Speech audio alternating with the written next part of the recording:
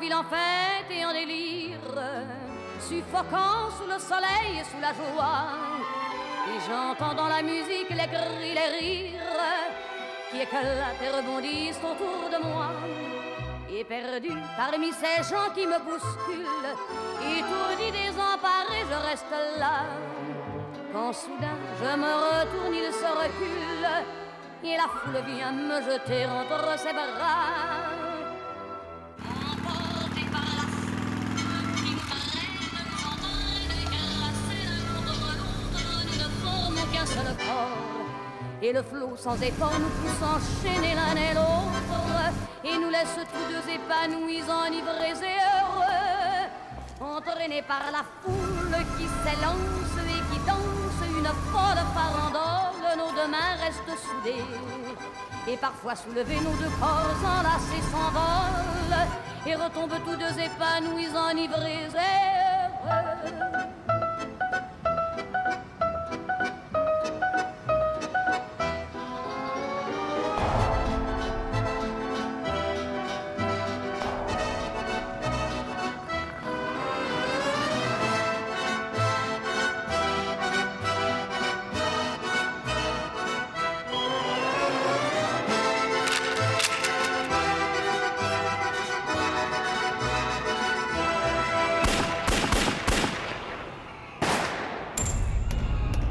Le signal, il était clair.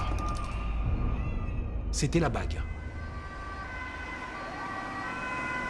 Assassinat ce soir en plein cœur de Paris. Samy Souillette, surnommé le Caïd des hippodromes, a été tué par balle porte-maillot. Selon la police, il pourrait s'agir d'un règlement de compte. Le meurtrier a réussi à prendre la fuite.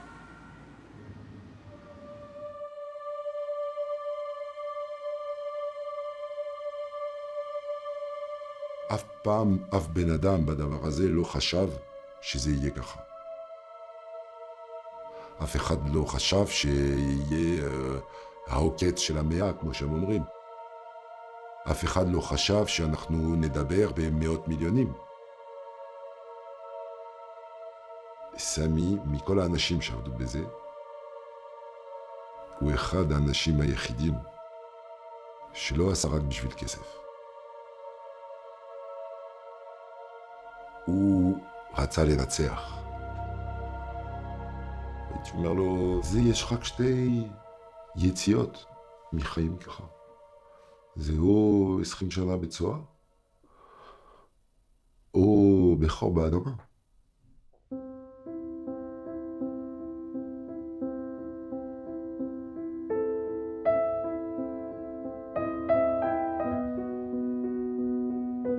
À l'âge de 2 ans, mes parents ont été rapatriés en France. Je suis le 4e d'une famille de 6 frères et 2 sœurs. Mon père et ma mère, ça fait 11. On habitait à Paris, à Ménilmontant. C'est proche de Belleville. On n'était que quelques familles juives, mais on ne savait pas ce que c'était que l'identité juive. Mais mon père, c'était malheureusement un flambeur. Pour moi, c'était la destruction de notre famille. Il jouait tout ce qu'il gagnait dans la bijouterie et autres, il le perdait au jeu, quoi. Dans notre vie, il y a eu des succès, mais il y a eu beaucoup de catastrophes. Mes frères étaient drogués, ça alimentait à Belleville. Mon frère Sylvain et mon frère Claude sont décédés dans la même année, en 1993. Mon frère Patrick est mort en 2001. Il prenait des drogues à haut niveau. Et ils sont morts avec, on peut dire, avec souffrance. Voilà. C'était le début du sida. Samy, le pauvre, il habitait chez ma mère, où il voyait des overdoses, où il voyait des comas. Voir mes frères malades, être diminués de jour en jour, je pense qu'il a eu un choc. La première fois que Samy a eu des soucis avec la justice, c'était en 1991. Une escroquerie, pour nous, c'était le premier tremblement de terre, parce que Samy n'avait pas fait 1 heure de prison, il avait 16 ans. Samy, il a toujours cherché sa place. Et à la fin de sa vie, Samy, ce que j'ai compris, ce que je ressens, ce que je dors avec, c'est que Samy criait au secours, laissez-moi ma place, je suis un mensch, je suis un boss. L'affaire du Seau-2, elle se passe, c'est une vraie victoire. Moi, je le prends comme une fierté. Je peux pas dire le mot héros pour mon frère qui qui s'est fait tuer en pleine rue et par traîtrise, mais c'est comme ça que je le ressens, c'est que pour lui, il est parti au top.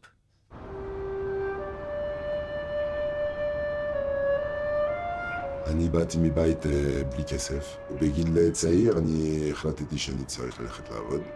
אז הלכתי לעבוד בפרסום, ואחרי שנה וחצי, חבר אמר לי, אתה לא מרוויח מספיק, אתה יכול לעשות הרבה יותר, לך תבקש, אני אכיר לך, תעבוד אצל סמי, שמה זה הכי הרבה כסף. הדברים הכי טובים של סמי זה היה האישיות שלו, זה היה איך הוא מוביל אנשים, איך הוא מוציא הכי טוב מאנשים. סמי היה ממש לא עבריין, אבל בדיבור, אתה חושב, הוא בוס. של mafia ou משהו כזה. Samy, c'était un meneur d'hommes et un chef d'entreprise. Il monte une affaire de pub. C'était en 97, mais moi j'étais en freelance avec lui. Ça veut dire c'est mon petit frère, mais il avait tellement la meilleure équipe de France. Il sortait des brochures sur la police. Et en fin de ses revues, il collectait des pubs, des chefs d'entreprise importants en France. אנחנו היינו עושים יומן. שנה יפה, מפואר, מאור, בשביל העמותות האלה, ולמשל עמותות של גמלאים של משטרה, ואנחנו הולכים ומוכרים במקומות פרסום בתוך הספר הזה, וככה אנחנו נותנים לכם הספר הזה בחינם. En France, ils ont la peur du policier. Chaque chef d'entreprise, il veut être bien avec la police. Il suffisait de dire simplement, on prépare une revue qui va être faite au profit des orphelins de la police. Ils sont sensibilisés, mais eux, qu'est-ce qu'ils voyaient? Pas que les orphelins. Ils voyaient qu'ils aidaient la police. אז הלקוחות, כשאנחנו מדברים איתם, אנחנו לא אומרים שאנחנו שוטרים. אנחנו לא מתלבשים כמו שוטרים. אבל ההרגשה שלו זה שזה קשור במשטרה.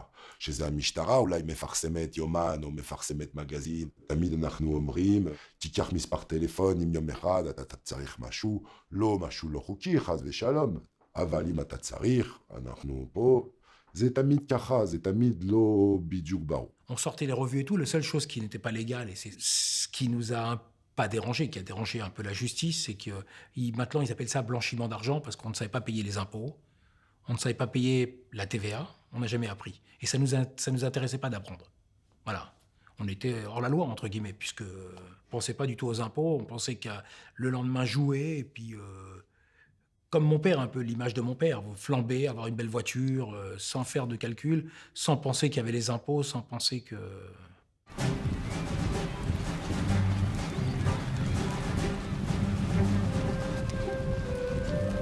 Samy a été surnommé le caïd des hippodromes, c'est par les écrits des journalistes. Vous savez, ils sortent des phrases et après, ça colle à la peau. Son meilleur commercial, c'est un garçon qui s'appelle Sébastien Schwartz. Il l'a plus qu'apprécié, puisque c'était son joker. Ils ont fait un petit consortium, une petite équipe, et ils ont acheté 2-3 chevaux. הדבר הזה של הימורים של סוסים בצרפת, זה דבר לא רק שהוא מאוד גדול, זה כמו לוטו בצרפת. ויש הרבה מאוד מרוצים כל יום. אז לאט לאט זה היה כמו ילד שאוהב כדורגל, ופתאום יש לו קבוצה קטנה של כדורגל, והוא לא חולם. שיום אחד יהיה לו לאו מסי בתוך הקבוצה של ליגה ג' פתאום הם קיבלו סוס מדהים. קראו לו קזה קופדו. הוא ניצח הרבה מאוד מרוצים חשובים בהתחלה, והם היו שמחים, צועקים כשהם מנצחים. Et ils ont acheté un cheval, et il s'est avéré que ce cheval, il a gagné des courses, et c'est devenu un phénomène. Et quand ils ont acheté un cheval 200 000 €, ils l'ont vendu 2 millions. Et donc, ça fait tout de suite des petits jeunes. אז כן, אז היה הרבה כסף שעבר בתוך הדברים האלה, שאחר כך אמרו זה הלבנת הון, כי זה החוק אומר. אבל זה לא היה, עשו זה בשביל הלבנת הון, עשו זה בשביל הכיף. אז פתאום הוא נהיה המאפיה של המרוצי סוסים. אבל כל זה סיפורים של כתבים.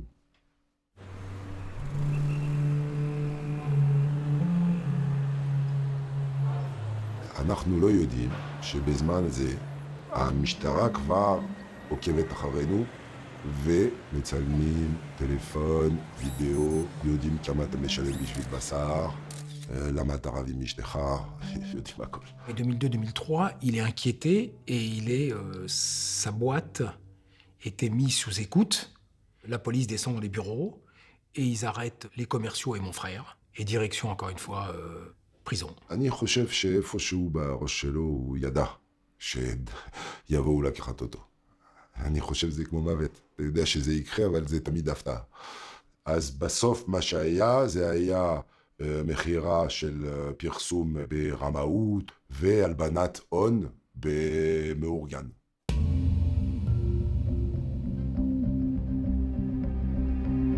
הוא נכנס והוא נשאר בבית סוהר יותר משנה. בתוך בית סוהר בצרפת יש הרבה מאוד ערבים, אבל מעט מאוד יהודים.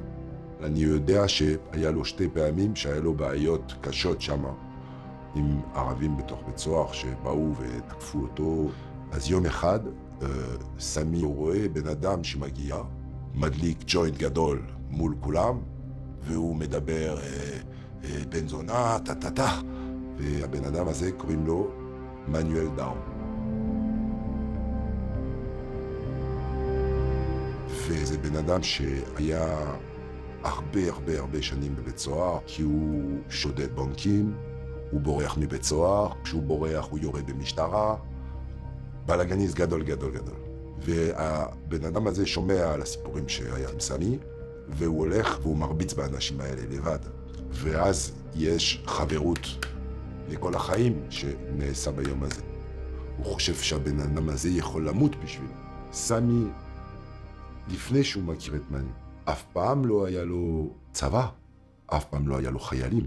אז זה משנה הכל פתאום. Samy, si tu savais tout le bien que tu me fais. Oh, Samy, si je pouvais dans tes bras me reposer. סמי, כשהוא יצא מבית סוהר, באמת היה לנו יחסים הכי קרובים. בגלל שאני כל כך הרבה שנים איתו, ויש לי יחסים איתו, לא של חבר. זה יותר כמו דוד קרוב, זה כמו מנטור. זה היה בן אדם שלא אוהב בגידות בכלל. הוא ראה שכשהיה משטרה וכל הדברים האלה, שכל הקבוצה שלו, אין בן אדם אחד שאמר משהו עליו. זה דבר שאתה לא יכול ללמד, זה דבר שאתה לא יכול לקנות. זה דבר שזה כמו אהבה. או שאנשים מרגישים ככה בשבילך או שלא.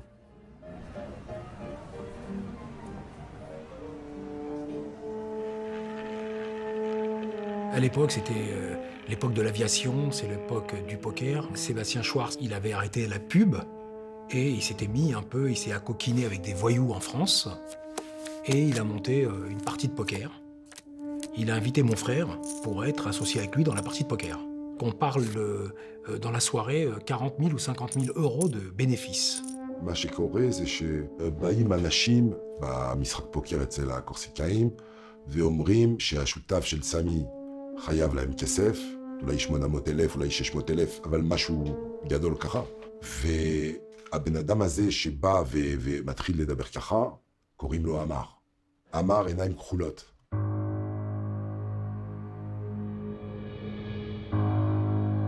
Marazouk, c'est à l'époque, c'est une pointure, ça veut dire que c'est un voyou reconnu.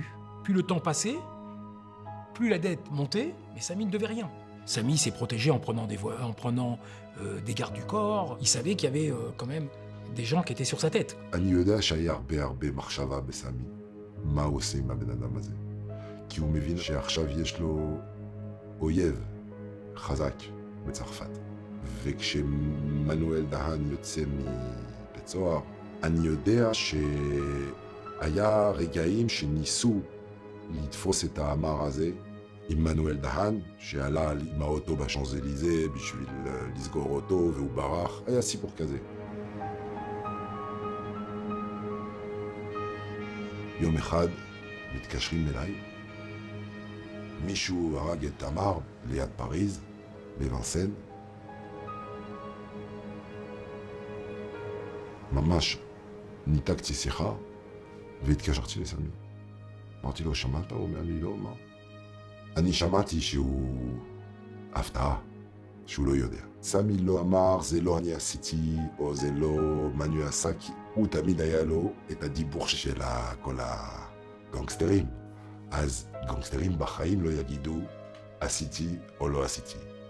לא מדברים.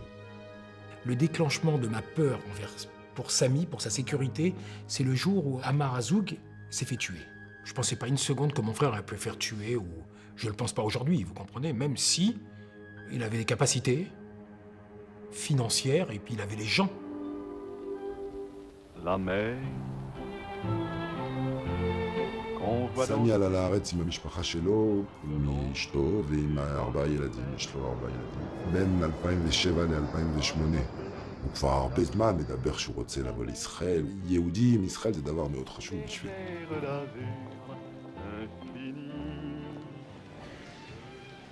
לקראת הקיץ של 2008, סמי אומר לי יום אחד, תשמע, אני שמעתי שיש בורסה, שאתה מוכר טונות של פחמן דו-חמצני. עכשיו, מה זה הדבר הזה?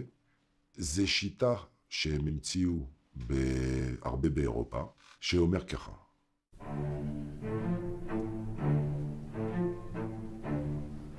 כל מקום שהוא כמו מפעל או דבר שמייצר אנרגיה, הוא מוציא באוויר כל יום ככה וככה פחמן דו-חמצני. אנחנו לא רוצים שזה ימשיך להיות יותר ויותר. מה אני עושה? אני המדינה. אני נותן למפעל הזה קרדיט שאומר, אתה השנה מותר לך להוציא 1,000 טון פחמן דו-חמצני. אני גם עושה בורסה שקונה ומוכרת את הקרדיט הזה של פחמן דו-חמצני. עכשיו, אם אתה במפעל שלך רואה שאתה מגיע בסוף שנה, אתה לא הולך לעשות 1,000 טון, אתה הולך לעשות 1,100 טון. עכשיו, אם הוא לא עושה שום דבר והוא נשאר ככה, הוא מקבל קנס. יותר שווה לו ללכת בבורסה, למצוא מישהו שיש לו קרדיט 100 טון, הוא קונה ממנו, וככה הכמות של פחמן לא עולה. זה הבורסה, זה הדבר.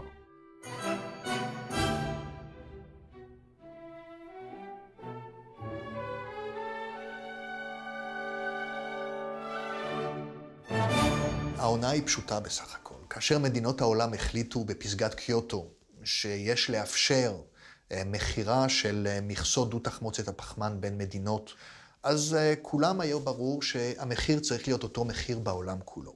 כאשר משרד האוצר הצרפתי בא ואמר, לא, אנחנו רוצים להטיל מע"מ על המכסות האלה, על האופציות למכסות, אז פתאום הבינו שיש פה קומבינה לא תיאמן. הם היו קונים אשראי או אופציות של מכסות דו-תחמוצת הפחמן במדינות שבהן אין מע"מ, למשל הולנד או גרמניה, ואז הם היו מוכרים את זה לצרפת, והם היו מוכרים את זה עם המע"מ, והמע"מ הם אמורים לשלם בתום 90 יום למשרד האוצר הצרפתי. הם הקימו מאות חברות שמכרו אחת לשנייה בשרשרת שהולכת מאיי הבתולה, דרך קפריסין, עד ישראל, ולכן משרד האוצר הצרפתי אף פעם לא קיבל את המע"מ הזה.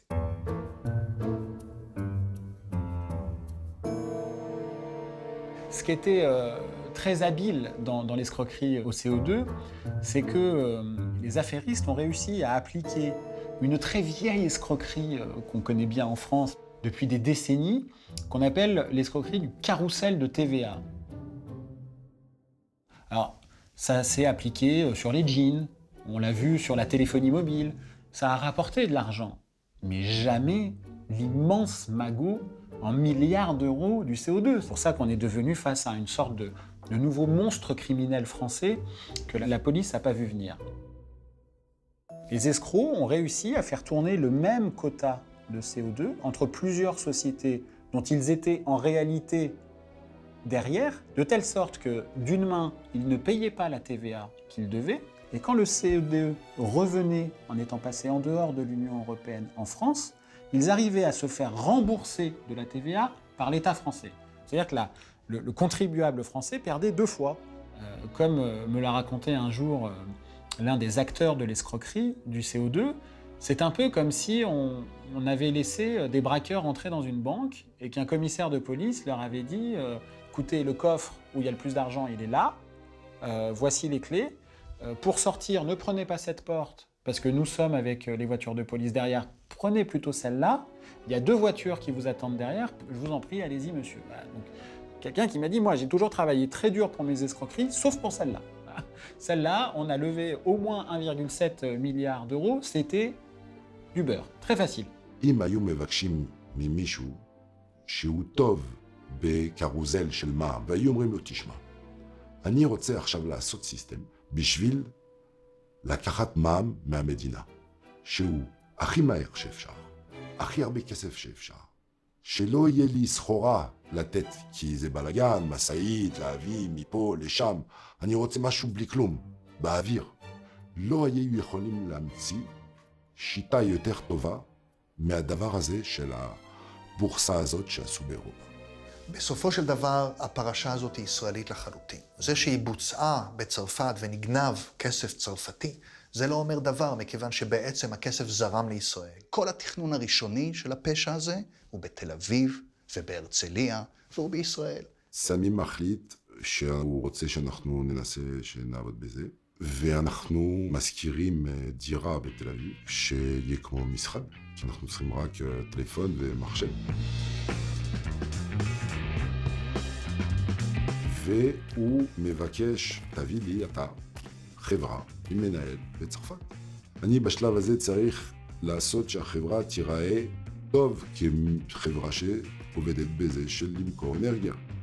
אז נשנים קצת את האקטיביטי של החברה, כדי שזה יהיה מה שאנחנו רוצים, ואחר כך צריך לפתוח חשבונות בנק בשביל החברה הזאת בחוץ לארץ, בהונג קונג למשל, ואז צריך לפתוח חשבון אינטרנט של הקרבון קרדיט, שזה בעצם חשבון, כמו חשבון בנק, שאומרים לך, אתה קיבלת 1,000 טון, 2,000 טון, ואתה יכול לשלוח כמה שאתה רוצה או לא. זה ממש משהו במחשב עם מספרים.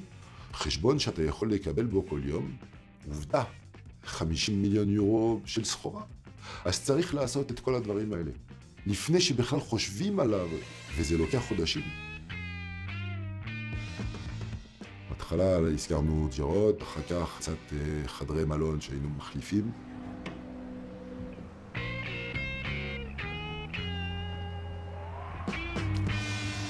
אנחנו מאוד בתקופה הזאת חיים בסוד. אף אחד לא יודע מה אנחנו עושים ואנחנו לא עושים, אנחנו לא מספרים לאף אחד. והתחלנו ככה עסקה 2. העסקה הראשונה הייתה בסוף נובמבר 2008. אז אתה שולח כאילו קרבון קרדיט במחשב, והיא אומרת כן, קניתי בטלפון, זה מוקלט, אוקיי, תודה, תתה. למחרת אתה שולח לה אינבויס, היא אומרת לי כן, שלחתי לך כסף בחשבון, ואתה רואה 140 ומשהו אלף יורו חוזר. אז אתה מתרגש. זה הרגשה של וואו, זה לא סתם. ומרוב שהם הצליחו בזה, הם נזקקו בדחיפות להמון כסף, כי כל כסף שהם השקיעו, הם הרוויחו טונות של כסף. ולכן הם התחילו לחפש כסף גדול בסביבתם. מרקו מולי זה מישהו שהוא גדל עם סמי, בן דוד, משהו רחוק קרוב. הוא כמו מגנט. הוא יודע איך להתנהג עם אנשים, הוא יודע איך להזיז דברים, לספר לבן אדם כזה, ככה ולבן אדם, הרבה שקרים, בסוף בן אדם מבולבל, טוב, אני משקיע איתך 2 מיליון. Marco Mouli, c'est le cousin germain à mon neveu. Je le connais depuis qu'il a 10 ans. Il était repérable de loin, parce qu'on l'appelait Marco l'élégant déjà, et jeune, et il voulait toujours briller. Que quand il devait sortir de l'argent des sociétés, sa spécialité, Marco, c'était de monter des faux gérants et puis sortir l'argent. Il avait une relation particulière avec les banquiers, et il savait faire. ואז מרקו בא לארץ בשביל להיפגש עם סמי, והוא אמר לו, אני יודע שאתה עושה ככה וככה, ויש לי משקיע, שיש לו הרבה כסף, שאשתו יש לה 500 מיליון יורו, והוא רוצה להשקיע. סמי אומר לו מי זה? אומר לו, קוראים לו ארנו מימרן.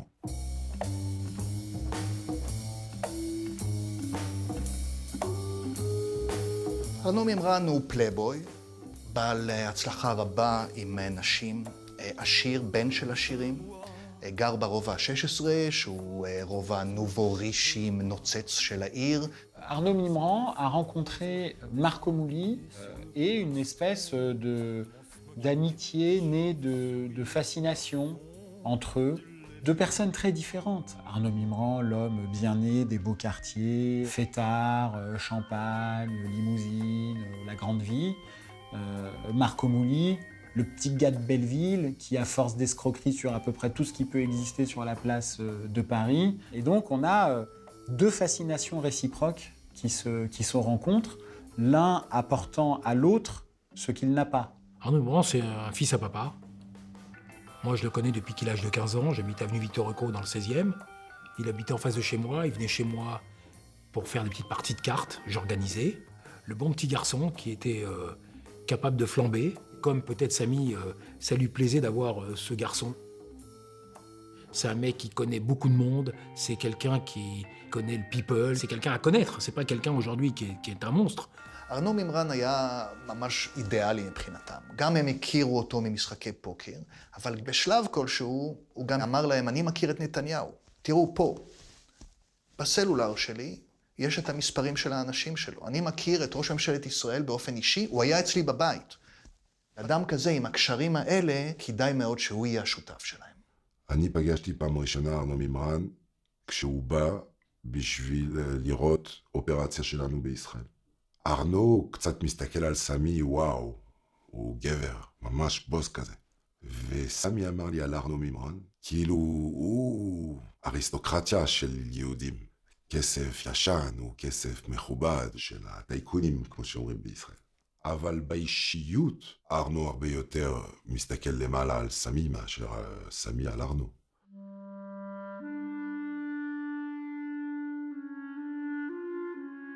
Ils étaient trois à la tête de la filière. Samy Souyed, en quelque sorte le patron.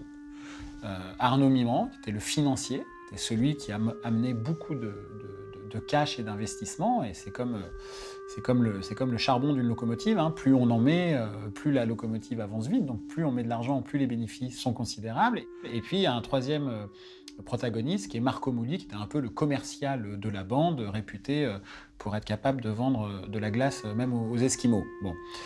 Et il y a la rencontre, avant la découverte du magot du CO2, de ces trois personnages qui, un peu comme dans une équipe de foot, vont faire une bonne défense, un bon milieu, une belle attaque. Cette opération, elle n'a pas duré des années. Elle a duré quelques mois en Israël pour prendre des centaines de millions d'euros. Hein. C'est pour ça qu'ils appellent ça le casse du siècle. Je sais qu'ils ont loué la villa rue Anassi. Le propriétaire était Marco Mouli. Et tout s'est passé là. Ça parlait à Ercilia que de CO2. Que de CO2, vous comprenez ce que c'est ? C'était le produit à vendre. Voilà, c'était le sujet de conversation 2009. איכשהו ישראל היא המקום שבו כל החבר'ה האלה נפגשים.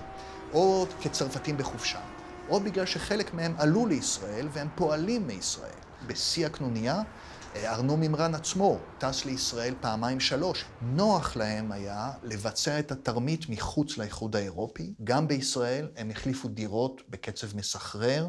בשלב כלשהו הם היו סוחרים משרדים ודירות לחודש, אבל בעצם הם בילו באותו מקום רק יומיים בכל פעם, כדי שאי אפשר יהיה לעלות עליהם. יש רגעים שהתחלנו לגלגל כסף, שאני מתחיל לפחד. אני לא רוצה לעבוד פה, אני לא רוצה לעבוד איפה אני חי, אני לא מרגיש טוב עם זה. ואנחנו מחליטים שהולכים למרוקו. יש הרבה לחץ על הראש שלי. אתה עושה טעות יום אחד, זה יכול להיות הרבה כסף, ומצד שני זה הרבה עבודה מהבוקר עד הערב.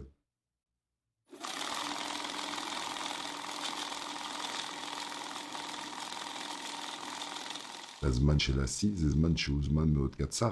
הזמן הזה הוא זמן של 2 חודשים, שהם בסוף אפריל-מאי 2009, עד שנסגר הבורסה. אבל בחודשיים האלה שאנחנו עובדים הכי הרבה, אנחנו עושים בערך 3 מיליון טון ביום, שבאותו זמן הטון של קרבון היא בין 15 ל-17 מיליון יורו.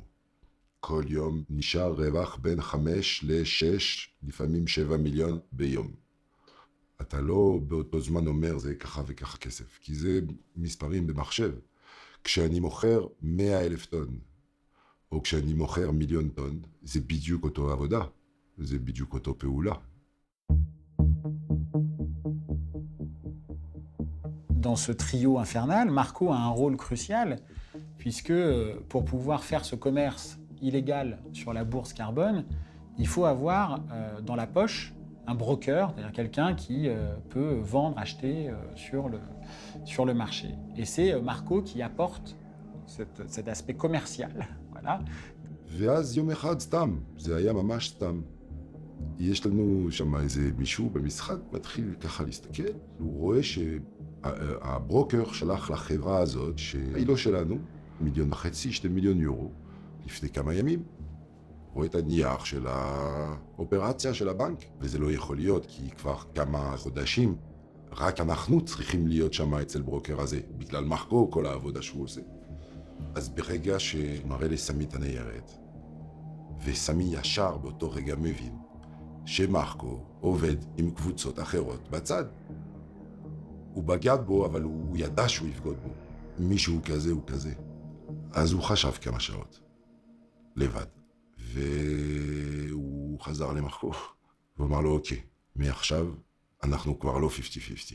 מעכשיו, אני 60, אתה 40. אבל אתה משלם לארנו מימון, רק אתה. לא אכפת לי כמה, לא אכפת לי איך, דמי החלק שלך. אז הוא נותן לו בלט, אל תגנוב ממני. אתה רוצה לגנוב, לך תסתדר שם. סמי יוצא בסדר מזה, וגם מרקו מרגיש טוב עם זה. ארנו לא יודע בכלל שקרה משהו. עכשיו זה עשה מצב שארנו יכול לדעת רק מה שמרקו אומר לו.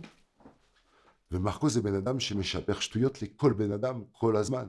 וכשמגיעה הסיטואציה שמרקו רואה שסמי הולך לקבל יותר ממנו, אז הוא רוצה לתת לארנו כמה שפחות.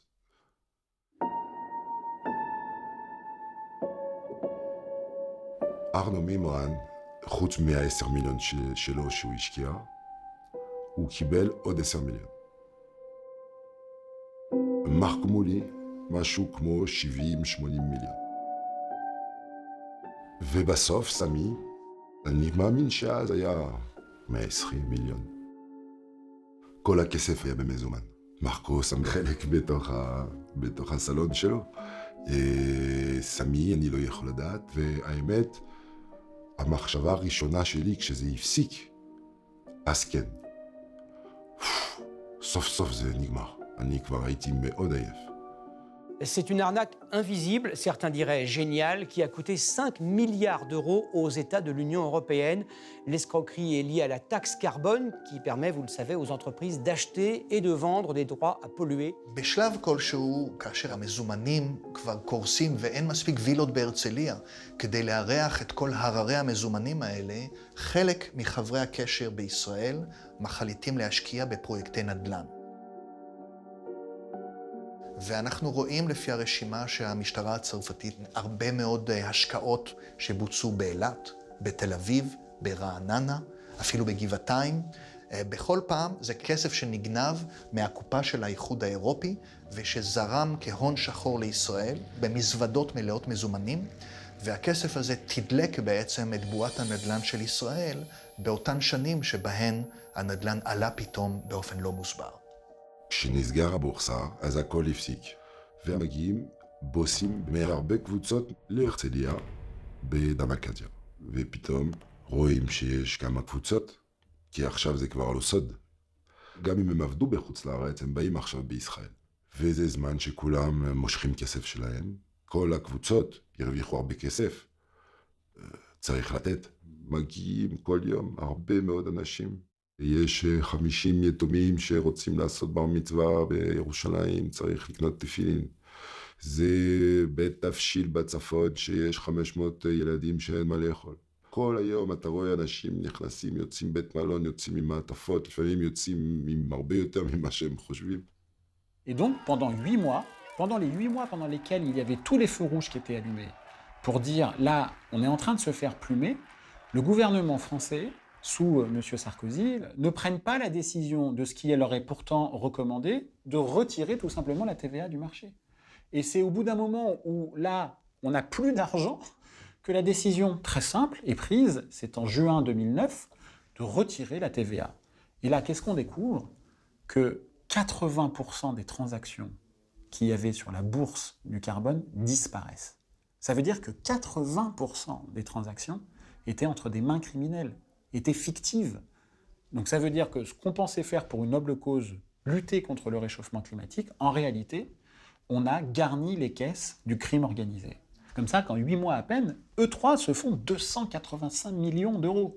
בן אדם שלוקח שקל בארץ מהמדינה, הוא לוקח מחייל, הוא לוקח ממיטה בבית חולים, באירופה, אבל בעיקר בצרפת. זה לא זה. למה זה לא זה? כי בצרפת החוב של המדינה, כל שנה בתקציב, הוא אלפי מיליארדי יורו. הריבית על החוב זה מאות מיליארדי יורו. רק הריבית על החוב. אז מה קורה? מוציאים בכל העולם אגרות חוב. זה בסדר, זה צרפת, זה מדינה שמשלמת, היא תמיד תשלם אגרות חוב, אז בואו נלווה לה כסף, ב2%, היום כסף לא שווה שום דבר בעולם.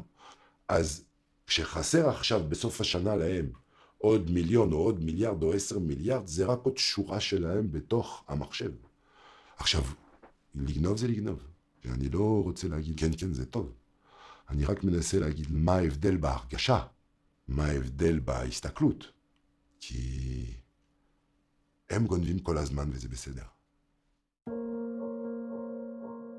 צריך רק להדליק טלוויזיה, לראות מה קורה עכשיו. העולם של הבנקים, העולם הפייננסי, העולם הקורפורייט של כמה גופים של חברות, של תרופות, של אנרגיה, של בנקים, של נשק, מחזיקים את כל העולם ועושים מה הם רוצים, והם זה בסדר.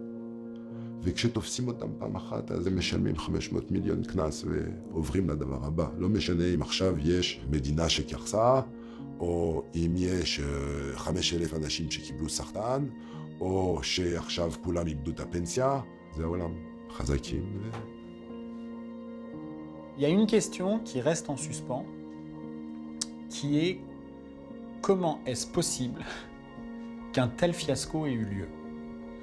Est-ce qu'on est confronté à une forme d'arrogance des institutions administratives, mêlée à une immense incompétence?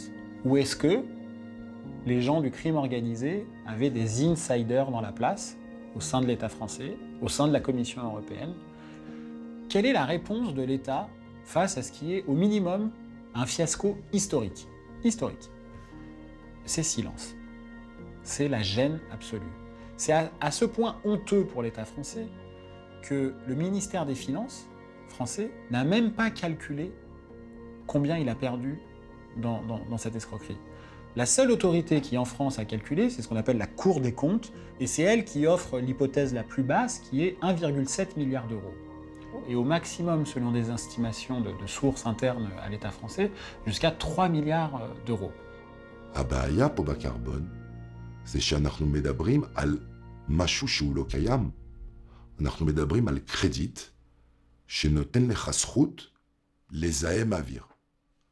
אין פה בן אדם בסוף פרטי שקונה משהו שהוא משלם על זה את המע"מ.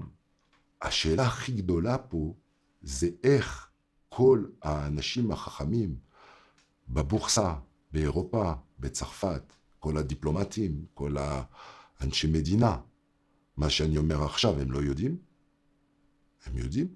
אז למה הם שמים מע"מ על משהו שלא אמור להיות בו מע"מ?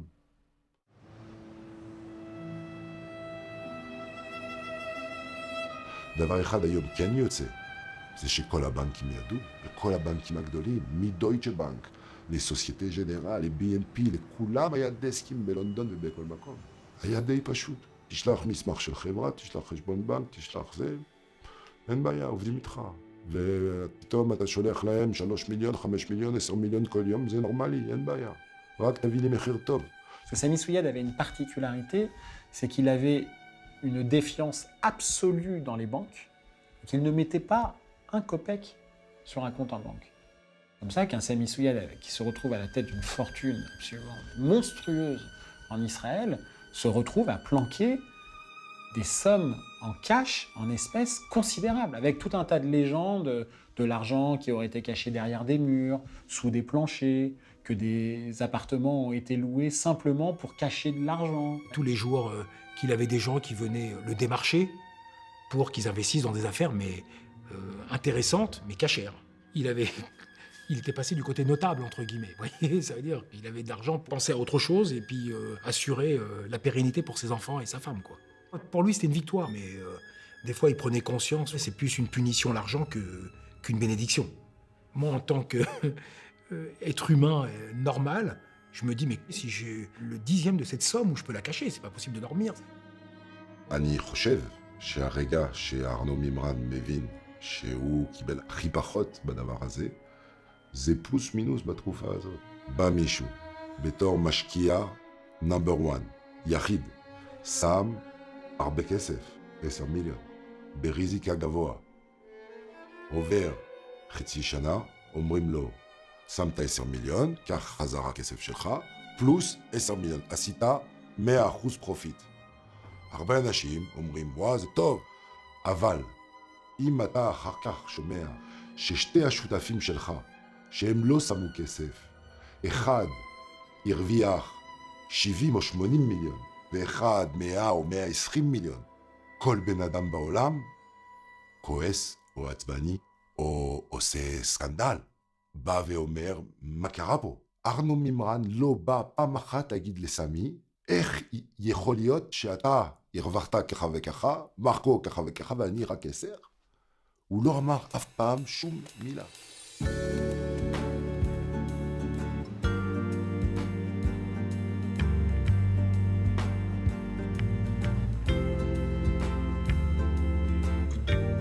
Une fois qu'ils ont fait leur coup du siècle, là c'était la grande vie. Les avions privés, les hôtels particuliers, les sorties à tuer à toi aux quatre coins du monde. Samy, Marco, Arnaud, c'est les rois du pétrole qui vont sur la côte. Arnaud Mimran a une très très belle villa à Saint-Tropez. Les bateaux, en 2 secondes, il réserve le plus haut bateau. Il lui en a mis plein la tête à mon frère Samy. Il lui a montré Monts et Merveilles. Il lui a montré les plus belles choses qu'il y avait sur ce monde, ce matériel.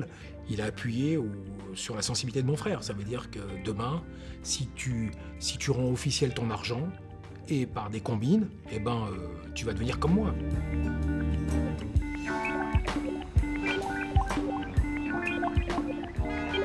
כי הם טסו, ארנו מימרן, מרקו מולי, סמי סויד, בלאס וגאס, כמה ימים, ארנו ארגן ג'ט פרטי, וכשאחר כך ארנו מספר שסמי הפסיד בזמן זה יותר מ$2 מיליון. זה מדליק אזעקה מהר. מה? סמי לא יכול לשחק $2.5 מיליון. זה לא יכול להיות.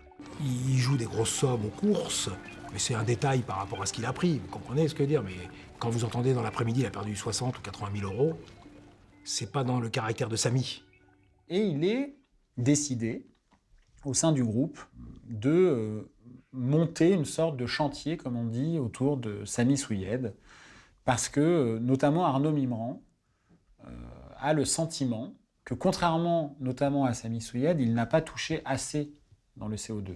אז באוגוסט 2010, סמי מספר לי, ומספר לעוד אנשים, שהוא נכנס בעסקה מאוד גדולה עם ארנו מימרן.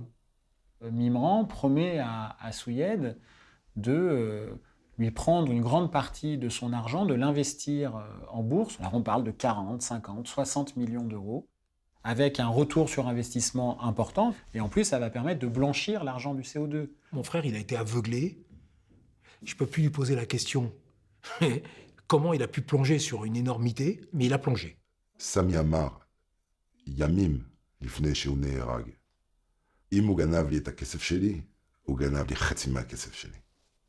אבל אני לא חושב שהוא הגיע לזמן שהוא אומר, אני לא מקבל את הכסף שלי בחזרה. הוא מת לפני. הוא מת לפני. Moi, ce que je sais, c'est qu'il n'a pas une belle vie du tout. Il avait une maison à Herzliya avec piscine. Mais ma mère qui me raconte aussi qu'il fumait toujours son hashish et il regardait les courses, c'était sa seule passion. Il n'était pas gay du tout. והוא תמיד היה אומר לי, אני כבר קברתי 3 אחים ואחות. העולם הזה הוא כל כך לא יפה. האנשים הם כל כך מגעילים. אז אני רק מקווה שיתנו לי 3-4 שנים כדי להכין הבן שלי הגדול בשביל החיים האלה. אחר כך אני משאיר לכם את כל העולם הזה. לא אכפת לי.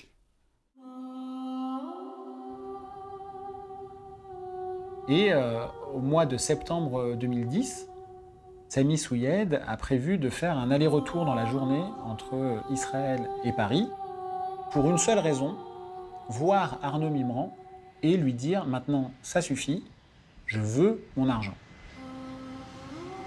Alors, ce jour-là, j'avais un pressentiment, j'étais pas bien, donc je suis rentré à la maison. Et ma femme, elle me réveille et elle me dit « Descends, descends ». Et là, je descends. Et puis, j'ouvre la porte et Joël, je le vois en face de moi, mais je suis entre le sommeil et la réalité, vous voyez. Et il me dit ils ont assassiné Samy. Et là, alors là, en quelques minutes, j'ai eu le corps qu'il était en feu.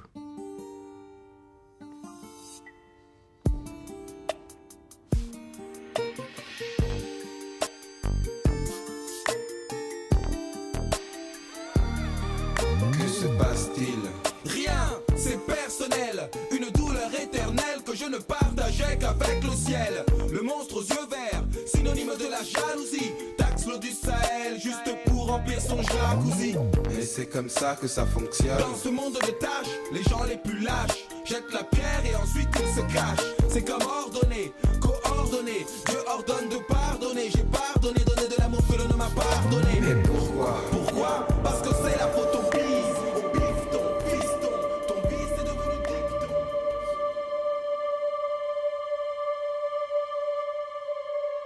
Aujourd'hui, j'ai peur. J'ai peur car il s'agit d'une affaire de meurtre. C'est humain d'avoir peur. Peut-être il y en a certains qui ne l'ont pas et qui se croient au-dessus de tout, des lois, au-dessus de tout le monde. Certes, ce n'est pas mon cas. Je fais cette interview parce qu'aujourd'hui, j'ai repris mes forces. Le silence est inacceptable, Je veux que la vérité éclate.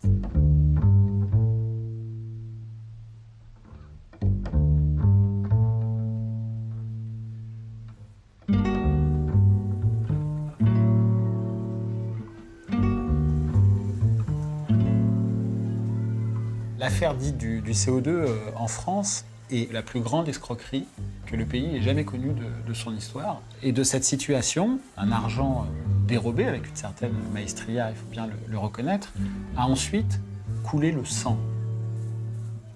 On a le sentiment, quand on s'approche de l'affaire du CO2 et de ses acteurs, qu'il y a très vite une sorte d'halo de mystère, de brouillard qui s'empare des dossiers, qui les rendent extrêmement durs à démêler.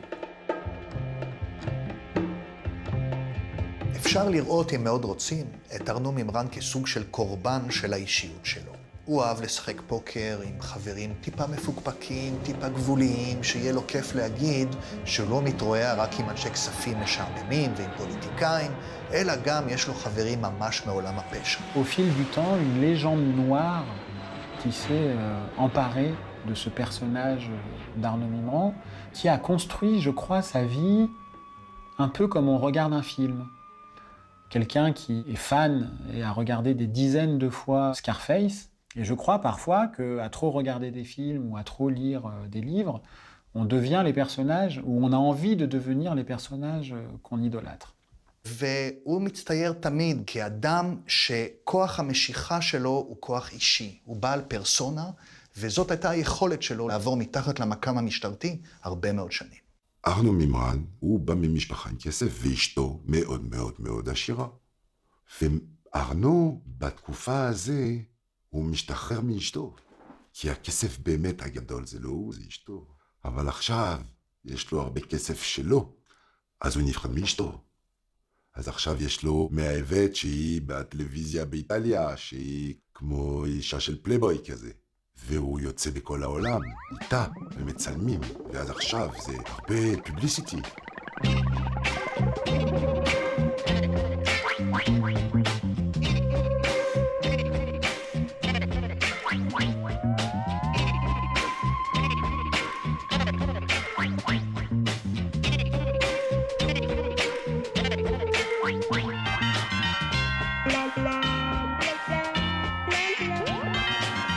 En fait, Arnaud Mimran, j'ai toujours bien vécu.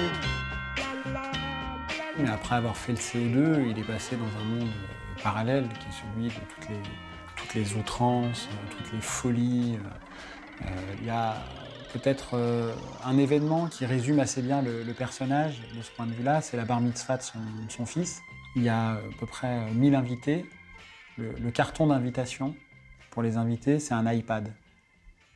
Arnaud Mimran a envoyé un iPad à 1000 personnes comme carton d'invitation. Et quand vous ouvriez comme ça l'iPad, il y avait « vous êtes invité à la bar mitzvah ». ואז אתה שומע שבבר מצווה מגיע פף דדי, מגיע אייקון, מלא אנשים.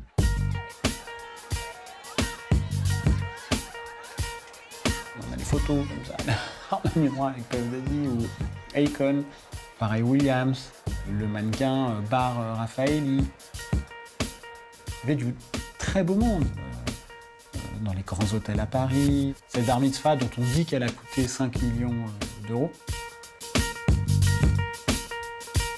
Arnaud Mimran, comme tous les affairistes de son calibre, vit avec beaucoup d'espèces. L'argent en liquide, pour une raison simple, c'est que ça laisse pas de traces. Et donc lui, Arnaud Mimran, avait trouvé un stratagème pour transporter d'un pays à un autre de l'argent liquide.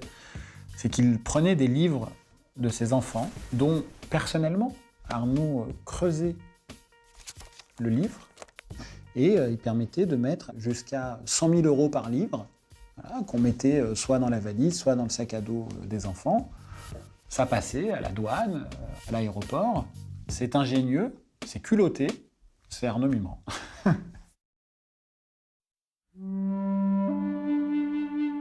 Arnaud Mimran a proposé à Samy d'investir une somme moyennant bénéfice. Samy, je suis sûr et certain qu'il a vu que le côté positif sur Arnaud Mimran. Samy Souyed demande avec insistance son dû à Arnaud Mimran. Il dit voilà, là il faut que je retrouve mon argent là. Tu m'as pris beaucoup, très bien. Je veux revoir la couleur de mon investissement. Samy, il est parti à Paris. Il avait rendez-vous que pour une seule chose, pour une seule affaire. Connaissant mon frère Samy, c'est pas possible que Samy il parte 2 jours avant la fête de Yom Kippour si il n'y a pas une urgence extrême. Tel que je le connais, il dormait plus. Parce qu'il a dû prendre conscience que 50 ou 60 millions d'euros, on ne prête pas à une seule personne. Il a voulu être clair. Il a voulu avoir la position d'Arnaud Mimran entre 4 yeux. Ce jour de septembre 2010, Samy Souyed et Arnaud Mimran se voient plusieurs fois. Il est question entre eux de parler de l'argent que Arnaud doit à Samy. La dernière fois, ils se voient en début de soirée chez Arnaud Mimran dans les beaux quartiers, dans le 16e arrondissement de Paris. Et Samy doit retrouver certains de ses amis devant la porte Maillot, pas très loin des Champs-Élysées. Samy Souyed a rendez-vous avec 2 de ses amis, Miro Naoum et Manu Dahan, devant le Palais des Congrès. C'est à ce moment-là qu'il apprend qu'un autre de ses amis, qu'il avait vu dans la journée, essaye de le joindre en urgence avant de rejoindre l'aéroport. Cet ami, c'est Arnaud Mimran. Arnaud Mimran se rappelle qu'il doit rendre une bague à Samy Souyed, une bague qui appartiendrait à la femme de Samy Souyed, Arnaud ayant eu la charge de en modifier la taille pour qu'elle aille au doigt de Madame Souyed. Et il dit à Samy, voilà, j'ai complètement oublié, il faut que je te rende la bague de ton épouse. Le cadeau de ta femme, que tu avais commandé, ou la bague, eh bien, je vais te l'apporter. Il est convenu que Arnaud rejoigne Samy Souyed porte-maillot pour lui donner cette fameuse bague. Ce qui se passe, Arnaud arrive sur place, tend la bague à Samy Souyed. Au moment où il tend la bague, un commando en scooter s'arrête, tire plusieurs balles sur Samy Souyed qui meurt sur place, se couche sur la chaussée devant les voitures. La bague tombe, roule. Et c'est là où on a quasiment une dimension hollywoodienne. La bague, c'est une tête de mort en diamant. Mais qu'est-ce qui est étrange d'abord, c'est que Miro Naoum, il n'a pas été touché. Il y a son garde du corps, Manu Daon, qui n'a pas été touché. Manuel Daon. אם הוא כל כך חזק איפה הוא היה, איך זה יכול להיות? אתה שם בשביל זה, בשביל להגן עליו. אתה אין לך כלום, והוא מת עם 6 או 7 כדורים בגוף. שוק. שוק. אז אני נוסע לאח שלו בהרצליה. וכשהגעתי, ראיתי הרבה אנשים בחוץ. J'ai suffoqué, quelques secondes, je vous assure que j'ai refait le monde. Ma femme, elle avait allumé la télé française BFM. J'ai vu la porte-maillot, j'ai vu assassinat du caïd des hippodromes. Je vous ai dit, dans la souffrance totale. Là, je suis seul au monde, personne ne peut comprendre la souffrance. Et puis il y a ma mère, encore une mort, et son chouchou. Et alors imaginez-vous le lendemain dire à ma mère, d'accord, le 5e gosse, il est mort tué. ההלוויה שלו הייתה יום לפני יום כיפור, קברו אותו בירושלים ליד האחים שלו, ובאו מאות אנשים, כולם היו, שמכירים אותו, חוץ מארנו מימרן. זה לא שלסמי עכשיו היה 85 שותפים, היה קצת קשה לראות שארנו. הכי קשה. זה היה לראות את האישה שלו והילדים שבורים. מה שארנו עוד לא לקח מסמי, הרבה אנשים שהם קרובים, הם כבר לקחו והשאירו את המשפחה בלי כלום. כשאנשים הלכו, אני נשארתי שם לבד קצת לדבר איתו. זה ביני לבינו. Depuis ce jour de septembre 2010, on ne sait pas, formellement, judiciairement, qui a commandité et a fortiori qui a tiré pour le tuer, Sami Souyad. On ne sait pas. Évidemment, il y a un potentiel mobile. Ça peut être l'argent que Arnaud Mimran devait à Sami Souyad. Il est extrêmement probable que le meurtre de Sami Souyad soit lié à d'autres assassinats.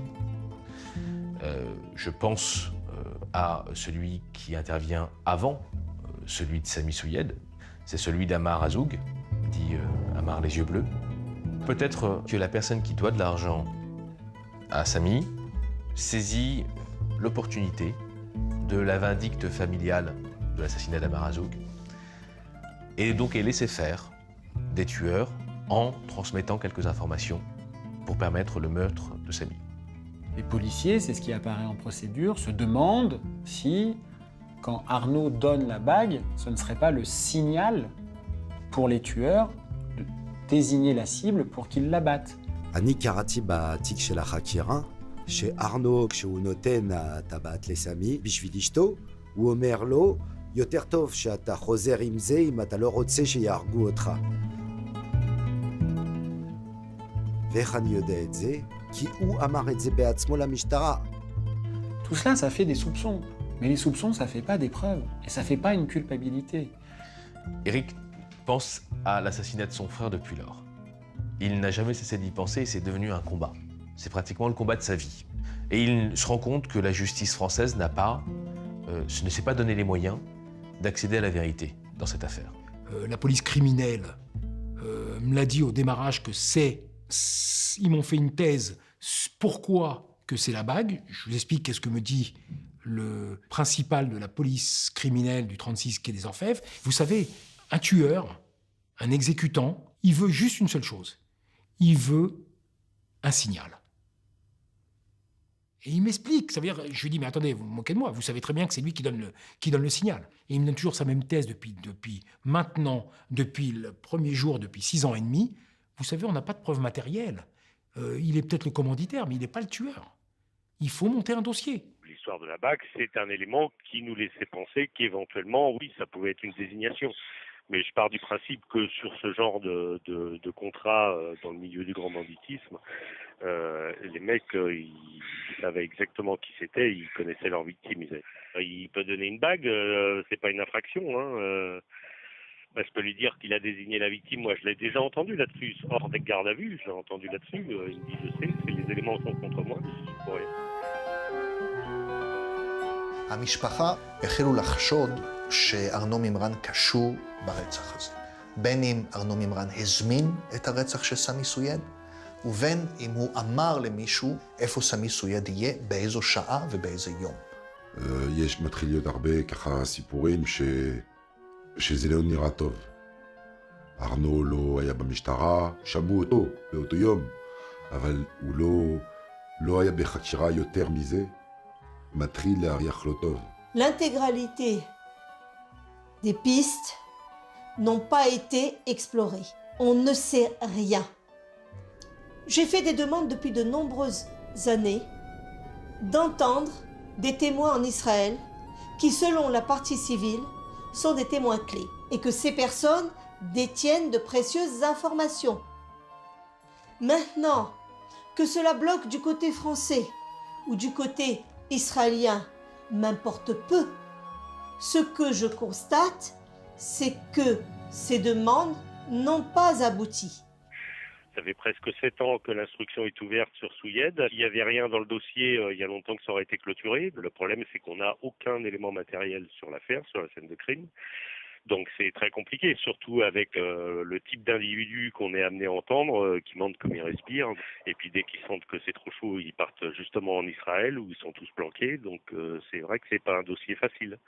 Israël est devenu une plaque tournante d'une criminalité en col blanc qui a beaucoup d'argent, énormément d'argent.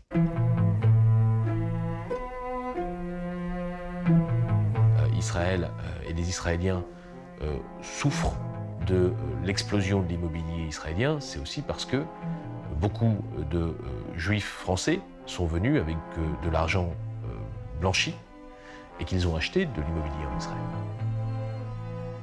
C'est une vraie question économique qui se pose, parce qu'on parle de milliards d'euros et qu'on parle de l'économie israélienne qui a été transformée de ce fait.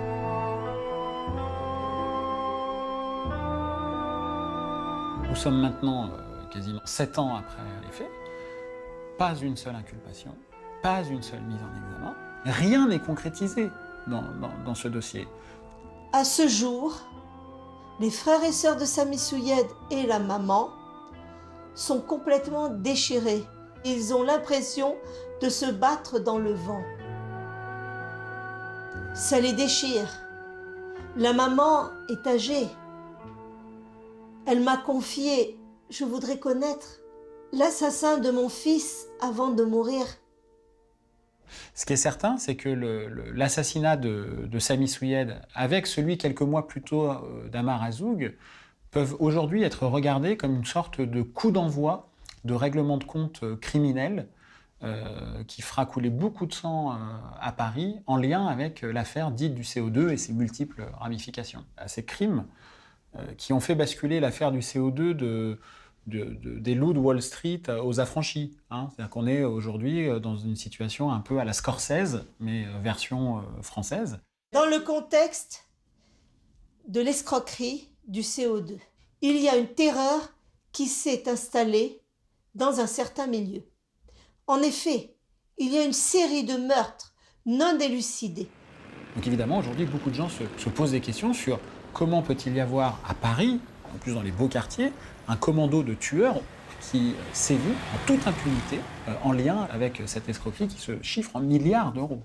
Le mystère demeure entier autour de la mort d'un riche homme d'affaires. Claude Drey, grand collectionneur d'art, a été abattu en début de semaine dans son hôtel particulier de Neuilly-sur-Seine. Je me réveille par un appel téléphonique. J'entends vaguement que mon papa était tombé dans les escaliers. J'appelle la maison, qui ne décroche pas, j'appelle le portable du majordome qui est Abdallah, qui ne décroche pas non plus. Donc je me rends vite chez mes parents en scooter. Et je vois devant la maison beaucoup de personnes. Je me précipite à l'intérieur de la maison pour savoir comment va mon papa. Donc la police me bloque le passage et c'était juste insupportable. Mon père est là, il est tombé dans les escaliers, je voudrais juste passer et le voir, ça suffit. Donc la police m'a dit, écoutez, en fait, votre papa est mort. On a appris ça, on était stupéfaits, bien entendu. Dans une villa qui est très calme et très tranquille. Tout le monde le regrette, évidemment. Tout le monde le regrette, malgré les quelques défauts qu'il pouvait avoir quand même, car il était tellement fort de caractère que parfois il était même un peu trop dur en affaires. C'est la réputation qu'il avait d'ailleurs. Mon papa était Un homme brillant, magnifique, qui n'est parti de rien et qui est arrivé à monter un empire. On était très attachés l'un l'autre. C'était mon double.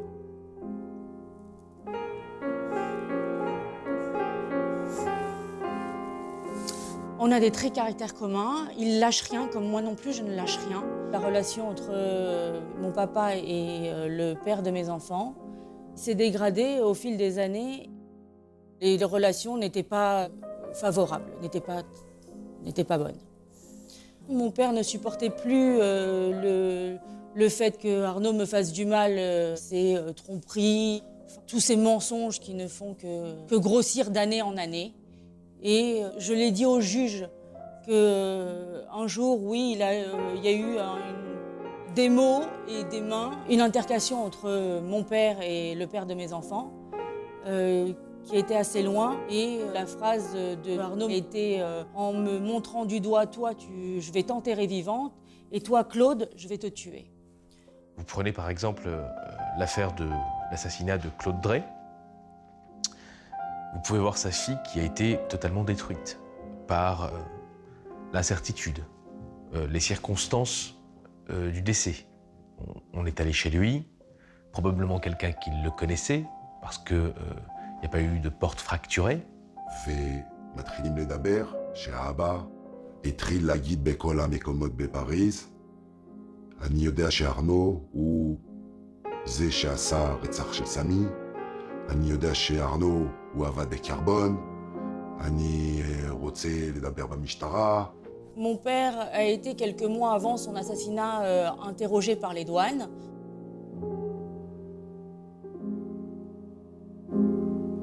Mon père a été déposé, a été entendu par les douanes en mars 2011. Voilà. Et je pense que c'est suite à cette déposition que certaines personnes auraient été fâchées.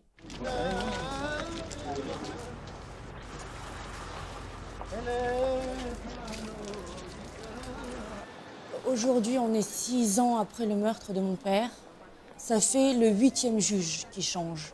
C'est très difficile parce que le dossier étant très gros, très volumineux, mais en tout cas, moi, je demande à ce que certaines pistes, ou certaines personnes soient convoquées. Cette personne, elle savait très bien qu'en éliminant mon père, il détruisait tout.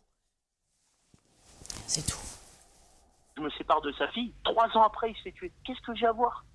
3 ans après, je ne l'ai pas vu depuis 3 ans, Claude. C'est quand même le grand-père de mes enfants. Et j'ai quand même été 15 ans proche de lui.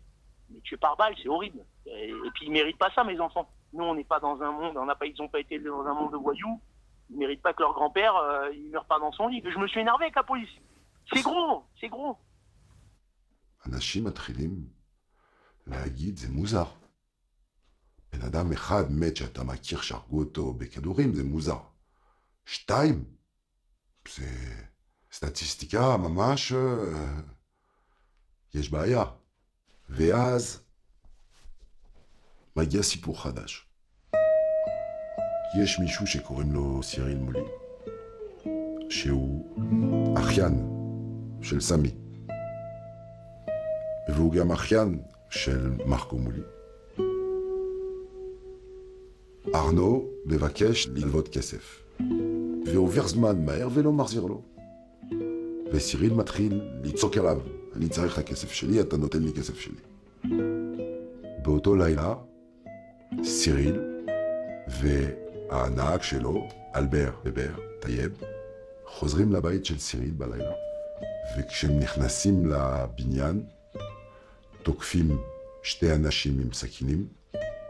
אני חושב הם חשבו שאלבר זה סיריל, ואני לא יודע כמה פעמים תקעו בו סכינים, אבל הרגו אותו כמו חיה.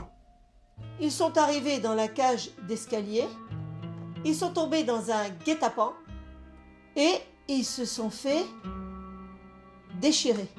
Dans la pénombre, les assassins n'ont pas fait de distinction entre les deux.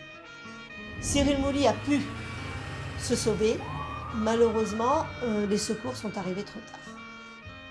סיריל באותו יום אומר למשטרה, אני 99% יודע שזה ארנו מימרן, הזמין הרצח הזה. En ce qui concerne Albert Taïeb, le dossier avance encore moins qu'en ce qui concerne Sami Souyed. On a l'impression qu'aucune piste n'a été explorée et que les témoins n'ont pas été entendus. זה הרבה דברים שעוד אחד ועוד אחד ועוד אחד. לאט לאט זה פאזל. Et 6 ans après les faits, 6 ans après que un ou plusieurs commandos de tueurs aient abattu des gens en pleine rue, à Paris, dans les beaux quartiers, il n'y a même pas d'inculpation dans ces dossiers. La justice française, les fonctionnaires de police ont considéré qu'il s'agissait de règlement de compte entre des voyous. C'est toute la même crapulerie. Cyril Mouly, c'est un escroc. Souyed, c'est un escroc. Mouly, c'est un escroc. Ce sont tous des escrocs. Donc, ils ont généré du pognon, ça a fait des envieux, ils se sont fait buter. Voilà, enfin, c'est dans l'ordre des choses. Hein.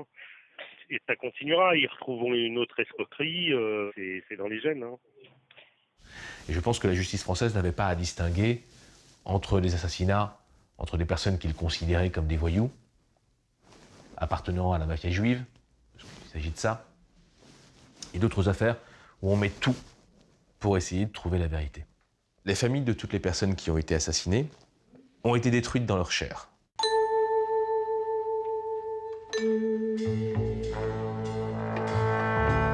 L'affaire de la séquestration, en janvier 2015, c'est une affaire saumâtre d'enlèvement, de séquestration et d'extorsion de fonds d'un financier suisse que connaît Arnaud Mimran.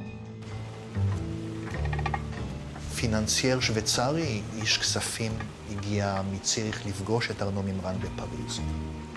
ארנו מימרן החליט במקום להיפגש איתו בבית קפה, בבית, במשרדים, לקבוע מקום שהוא בעצם מקום נטוש לחלוטין ליד יער בודון במערב פריז. Arnaud Mimran n'est pas là, mais arrive une escouade de gens baraqués qui l'enlève, le séquestre, l'emmène dans un véhicule, le moleste, le tape et le convoie jusqu'à un appartement en banlieue parisienne où il sera retenu pendant 6 jours quand même. On n'enlève pas quelqu'un simplement pour le plaisir de le séquestrer, il s'agissait de l'obliger à faire des virements bancaires via des sociétés offshore que l'ayant droit, c'est Arnaud Mimran. כדי שארנו מימרן לא ייחשד ישר כמי שיזם את החטיפה הזאת, המשטרה טוענת שארנו מימרן ביים את חטיפתו שלו 4 שעות אחר כך, וכאשר השוויצרי האומלל היה כלוא בחדר, בפרברים, פתאום ארנו מימרן נזרק פנימה עם איזה פלסטר על האף, ואומר, גם אני נחטפתי וגם לי מחטיפים מכות בחדר השכן, בוא נחתום יחד על המחירה של המניות שלנו ונצא מפה חיים. Et donc l'argent se balade sur la planète de compte offshore en compte offshore et à la faveur d'écoutes téléphoniques qui sont réalisées, on découvre que en fait l'une des principales personnes qui a profité de ces virements, c'est Arnaud Mimran. Et alors le plus fou dans cette histoire, c'est que pendant que le financier suisse est séquestré, Arnaud Mimran est arrêté par la douane judiciaire dans l'affaire du CO2. אנחנו יכולים להניח שהשוטרים חיפשו את החקירה שבה הם יוכלו להוביל את ארנו מימרן לכלא. הם היו צריכים כתב אישום סגור, בטון, שהוא לא יוכל לחמוק, ולכן, כמו שאל קפונה נעצר בסוף על עבירת מיסוי, הם עצרו את ארנו מימרן על ההונאה של המע"מ. Le financier suisse, il a été en quelque sorte miraculeusement sauvé par l'interpellation d'Arnaud Mimran. C'est ce que pensent, en tout cas, beaucoup de ses proches, est relâché. Et il se retrouve dans une gare RER en banlieue parisienne. Et là, il se passe quelque chose de stupéfiant. Le chef des ravisseurs, qui est, d'après la justice, embauché par Arnaud Mimran, alors qu'il rentre chez lui, est abattu par un commando de tueurs. Aujourd'hui, Arnaud Mimran dit que la justice se trompe, qu'il n'est qu'une victime dans cette affaire, que tout avait été fomenté par celui qui a été abattu, mais comme il est mort, on ne peut plus l'interroger. Et dans cette affaire, Arnaud Mimran est aujourd'hui mis en examen, inculpé, puisque la justice a établi aujourd'hui que c'était lui, Arnaud Mimran, qui avait profité à titre personnel, financièrement, de l'extorsion de fonds qu'il y a eu derrière l'enlèvement. בעצם מה שקרה זה שבמשך קרוב ל8 שנים הרשויות לא עשו שום דבר נגד ארנו מימרן, ולפתע בשנתיים האחרונות הרשויות עושות הכל נגד ארנו מימרן. כך שברור לנו שמשהו השתנה ביחס של המשטרה, ויכול להיות שמה שהשתנה זה שהשוחד הפסיק להגיע לאנשים הנכונים. À partir du moment où vous avez autant d'argent à disposition, vous pouvez l'utiliser pour vous-même et vous pouvez l'utiliser pour vous protéger. Ce serait logique et je pense que ça s'est produit. אני יודע, ולא רק אני יודע, שארנו מימרן עבד עם שוטרים בצרפת. יש הקלטות, היה הרבה דיבורים על זה בעיתונים בצרפת. Pour faire comprendre des choses, je sais que vous êtes très intelligent. Si on n'intervient pas, il reste pas mal de temps. Nous, on va vous rendre service sur dossier. De votre côté, vous pouvez nous rendre service aussi. De quelle façon? De quelle façon? Je pense que vous savez où je peux en venir. Il y a plusieurs services. Si on peut donner un coup de main à chaque service, on peut gérer les affaires. À partir du moment que vous nous rendez service, moi, la garantie que je vous donne, c'est qu'il ne fera pas plus de 6 9 prisons. Ça, c'est une garantie absolue. On va trouver des écoutes téléphoniques entre les voyous et les policiers qui concernent l'assassinat de Sami Souyed ou les autres assassinats. Et ça, c'est vraiment très très étrange, hein. C'est même assez mystérieux. Et ça, c'est important parce que ça veut dire qu'il y a une forme de complicité policière. La question se pose si ces liens d'influence, cette proximité n'est pas allée jusqu'à des faits de corruption ou en tout cas de compromission de l'appareil policier. Alors, il ne s'agit pas de dire de toute la police, mais de certains policiers qui ont pu, d'une manière ou d'une autre, freiner les enquêtes. Et suffisamment sérieuses pour que l'institution judiciaire et policière décide d'ouvrir une enquête. משטרת המשטרות זאת בעצם המשטרה שבודקת חשד לפלילים מצד שוטרים, למשל מעשה שוחד. וחלק מהחשדות שלהם זה שגם שוטרים, אם לא למעלה מזה, השתתפו בעצם בהגנה המוחלטת שהייתה לארנו מימרן במשך שנים. הוא טס מצרפת לישראל, מישראל לצרפת, כאשר שורה של חשדות כבר מרחפת מעליו, והוא אף פעם לא נעצר עד לרגע שבו הכל קרס.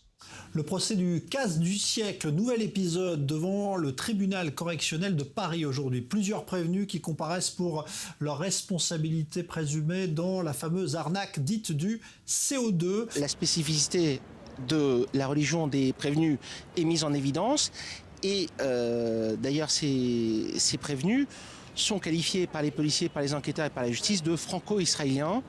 Et la présence d'Israël est derrière. On a l'impression qu'ils ont une base arrière de repli et qu'une fois qu'ils sont là-bas, c'est très difficile de les en extraire. בעצם במשפט היו 8 נאשמים, שרק אחד מהם איננו יהודי. כל השבעה האחרים הם יהודים שהכירו פה, לפעמים בבלוויל בפריז ולפעמים בנסיבות אחרות, והמשטרה הצרפתית כל הזמן נזהרה מלהצביע על זה יותר מדי כקשר יהודי, בין השאר בגלל התגברות האנטישמיות בצרפת, אבל זה היה ברור לכל, וזה בוודאי לא עזר לקהילה היהודית. Je suis presque tentée d'assimiler les prévenus à des Robins des Bois de la société. Donc, certes, ça salit la communauté juive et Israël, puisque tout le monde sait qu'ils sont certainement propriétaires de biens en Israël et que certains y ont trouvé refuge. ארנו מימרן הוא אדם בעל כריזמה יוצאת דופן. במשפט, השופטים היו מרותקים לצורה שבה הוא מדבר, כל המבטים ישר עליו. J'ai assisté au procès du CO2 et j'ai vu tous les protagonistes du dossier défiler. Ils se sont défendus comme ils pouvaient. C'était assez cinématographique. Marco Mouli, ce n'est pas un scoop que je vous dis, était assez sympathique, amusant, interrompant le juge et se défendant à sa façon et comme il veut. ארנו מימרן מדבר על עצמו בגוף שלישי, פעמים רבות. הוא בעל אגו ענק שממלא את כל אולם בית המשפט המרכזי בפריז. הוא לא בקלות, הוא יקבל עלבון או שאלה חריפה מדי מצד התובע. היה די ברור במשפט שהאישיות המיוחדת הזאת, הגדולה מהחיים, האגו העצום הזה, ההצהרות הבומבסטיות, יביאו אליו את מירב תשומת הלב, גם של התביעה וגם של בית המשפט. מהצורה שבה האיש מתנהל, מדבר, נע אפילו, זז, אז קשה יהיה אחר כך להגיד, אני לא יודע שום דבר, משכו אותי, אני פיון קטן בקנוניה הזאת. הוא נראה היה כמו המנהיג של ההונאה הזאת מההתחלה. ויכול להיות שהוא לא היה. אני יכול למשל לומר שבמשפט, באחת ההפסקות של המשפט הארוך הזה, ארנו מימרן ניגש אלינו ואמר, תרשמו, אני הולך להישלח ל10 שנים בכלא, רק בגלל שאני שחצן. ובדיעבד הוא צדק. אין ספק שארנו מימרן בכל השיחות הפרטיות שלו, תמיד יזרוק שמות של אנשים מפורסמים שהוא מכיר. אז אמר פטריק ברואל, אני משחק איתו פוקר. הדוגמנית הזאת גרה אצלי בבית, וכך הלאה וכך הלאה. ואחד הכוכבים הנוצצים שבהם ארנו מימרן מתהדר, גם בשיחות פרטיות ולבסוף גם מול חוקרי המשטרה, זה ראש ממשלת ישראל, בנימין נתניהו. בנסיבות האלה בעצם נוצר מצב שארנו מימרן נשאל במשפט על קשריו הענפים, ובין השאר הוא אמר, אני מכיר גם את נתניהו, את ראש ממשלת ישראל. אני נתתי לו 1,000,000. והשופט לרגע לא ידע מה לעשות, והייתה שאלה מצד הסניגורים למחוק את זה מהפרוטוקול, ובסוף הם החליטו שזה יהיה חלק מהמשפט. וארנו מימרן בעצם הכיר את נתניהו בזכות מאיר חביב. מאיר חביב הכיר ביניהם, ומפה נוסדה הידידות העמוקה הזאת. מאיר חביב הוא חבר האספה הלאומית, הוא הנציג בעצם של הצרפתים שמחוץ לצרפת. בנימין נתניהו התגייס כדי שמאיר חביב ייבחר, וקרא לצרפתים בישראל להצביע בשבילו, מה שאכן קרה, והוא נבחר לאספה הלאומית. אוקיי, עכשיו? כן. Je connais מאיר חביב beaucoup d'années.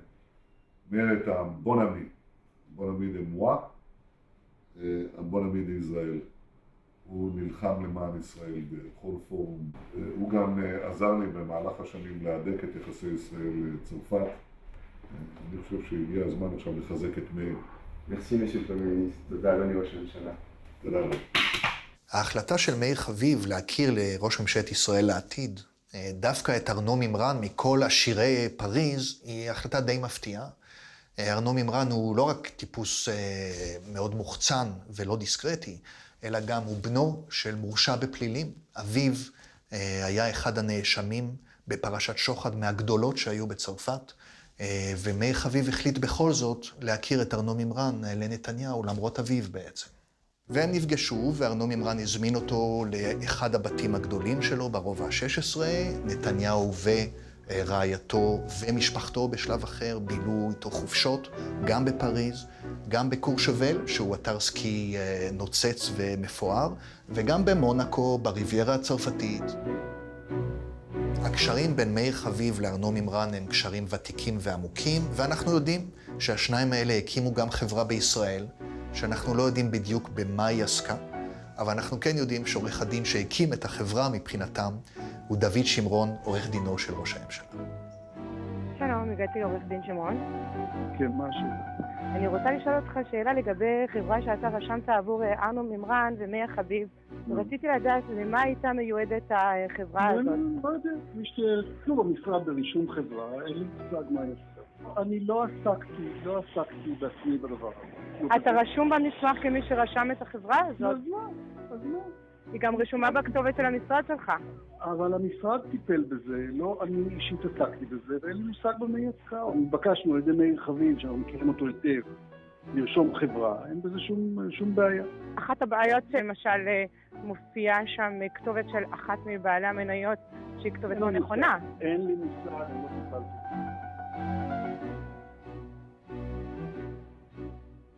Vous apparaissez comme l'une des actionnaires d'une société ouverte par Arnaud Mimran et Meyer Habib et il est indiqué sur le document officiel que votre adresse est au Chili. Avez-vous en effet une adresse au Chili? Non, je n'habite pas au Chili. Savez-vous quelle est l'activité de cette société? Pas du tout. ארנו מימרן מאוד אוהב את ישראל, הוא מאוד אוהב לבלות בישראל, ולכן הוא שמח על כל הזדמנות לטוס לישראל. כאשר ארנו מימרן היה במעקב של המשטרה הצרפתית, נרשמו בערך 6-7 טיסות בשנה לישראל. לפחות פעם אחת, לפי ארנו מימרן, הוא נפגש עם בנימין נתניהו, שכבר היה פוליטיקאי פעיל מאוד בישראל, ולפי עדותו של מימרן במשטרה הצרפתית, הוא היה אחד האנשים הבודדים שליוו את נתניהו בליל הבחירות של 2009, והוא שתה שמפניה יחד עם נתניהו ואנשיו בחדר במלון, כאשר התבררו תוצאות הבחירות. בפנקס הטלפונים של בנימין נתניהו, ארנו מופיע בכתב יד, ארנו א' ר' נ' ו' עם מספר טלפון נייד, ועדיין לא ידעו שזה ארנו מימרן הגדול. לבנימין נתניהו רשימת תורמים ארוכה. שם אחד מתוכה הוא ארנו מימרן, מיליארדר יהודי צרפתי, המואשם בגניבת כמעט 300 מיליון יורו מהאיחוד האירופי, בפרשה המכונה העוקץ של המאה. בתגובה הראשונה של לשכת ראש הממשלה לפני 1.5 חודשים נאמר, נתניהו לא ביקש דבר, לא קיבל שום תרומה ולא נתן דבר למשפחת מימרן. אבל 3 שבועות אחר כך, לשכת ראש הממשלה משנה גרסה, הפעם כן עבר כסף. הבוקר מודיעה לשכת ראש הממשלה, מימרן תרם $40,000 לקרן לפעילות ציבורית של מר נתניהו, שפתח לטובת פעילות ההסברה שלו. מימרן טוען בתוקף כי מדובר בסכום אחר. מתעקש כי הייתה זו העברה לחשבונו הפרטי של נתניהו. מדובר על $1,000,000 לקמפיין בחירות ב-2009, לא $1,000,000, לא קמפיין בחירות, לא 2009. מדובר על תרומה חוקית, מפוקחת, לקרן שהקמתי לפעילות ציבורית לטובת מדינת ישראל, כשהייתי אזרח פרטי בשנת 2001. אז גם מהבלון הזה יצא כל האוויר. וברור שזה חלק מרדיפה פוליטית שיטתית. ההר הוליד עכבר, ואפילו לא הוליד עכברון. בדיעבד, כאשר החלו שאלות גם לנתניהו וגם למימרן, והוא נשאל, אוקיי, איך העברת לו $1,000,000? מימרן אמר, זה היה $1,000,000 פרנקים ולא $1,000,000, שזה לא מתאים בשנים כמובן, ואחר כך אמר, אני לא זוכר לגמרי כמה העברתי לו. אתם יכולים לשאול אותו, הרי אם העברתי לו כסף, הקבלה היא גם אצל נתניהו. You need to understand something. The amount that I send is official. He can check on his account. It's not that something we need to, he can hide or I can hide. I do a wire to Mr. Netanyahu. I never say €1,000,000, I say 1,000,000. It was in 2001, so it was 1,000,000 French francs, €170,000. I still have the bank statement. Is Arnaud Mimran, my personal account, to Benjamin Netanyahu, his personal account. He now he say 40 me, I know for sure because I have the statement. I was in touch with him, we were friends. We traveled together and I come to celebrate when he won in 2009.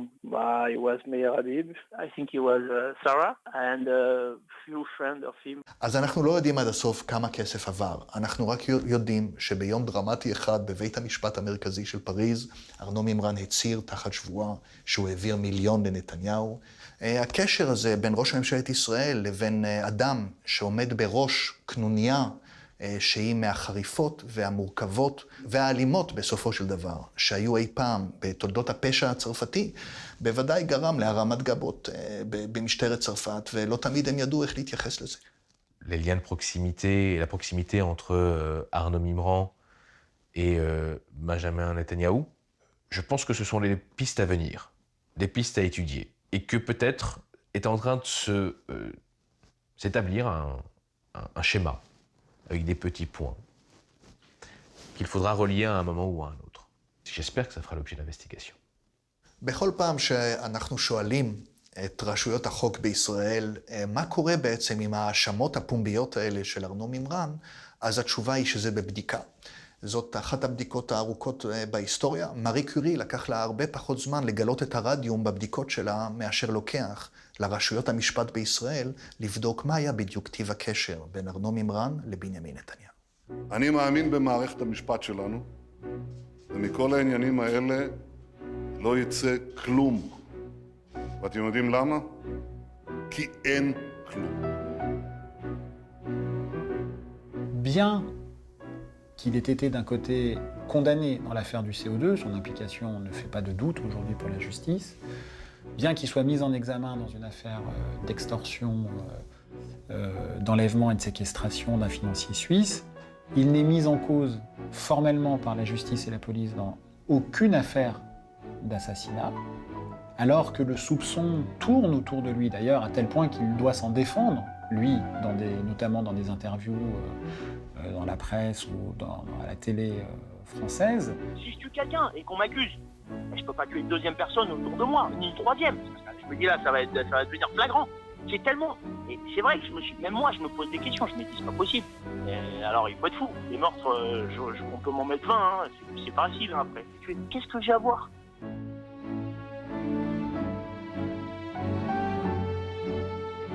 Samy Souyed, Claude Drey,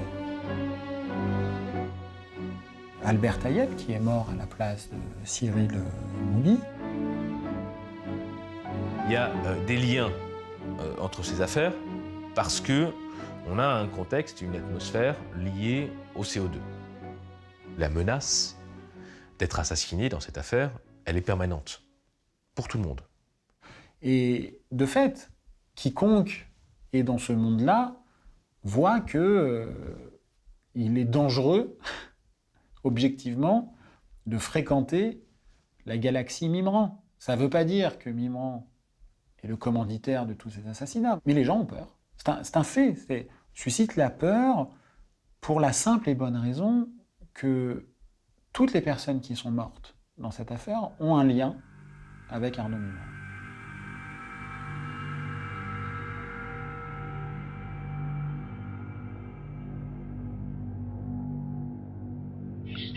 Radio Fresnes, bonjour. Il y a un grand homme, un grand philosophe, quelqu'un de vraiment, on va dire, avec une grande expérience, une grande maturité, une grande intelligence. Et cet homme avait dit que les hommes intelligents sont toujours dans le doute et que seuls les imbéciles sont toujours affirmatifs. Daïef, il était affirmatif quant à ma culpabilité. Donc on sait dans quelle catégorie il faut le mettre celui-là. On va continuer sur un petit peu de pensée philosophique. On va faire référence au Dalai Lama qui disait que, quelle que soit votre prison, vous en avez les clés. On voit qu'il n'est jamais venu à Fresnes. Moi, je m'étais toujours dit que si je trouve une fille qui ment plus que moi, je restais avec elle. À la même Kodia, je l'ai quittée. Sinon, personnellement, moi j'ai dit au juge que si j'avais écouté mon père, j'aurais pas fini en prison. Et le juge m'a dit, pourquoi, qu'est-ce qu'il vous disait votre père? J'ai dit, je sais pas, je l'ai pas écouté.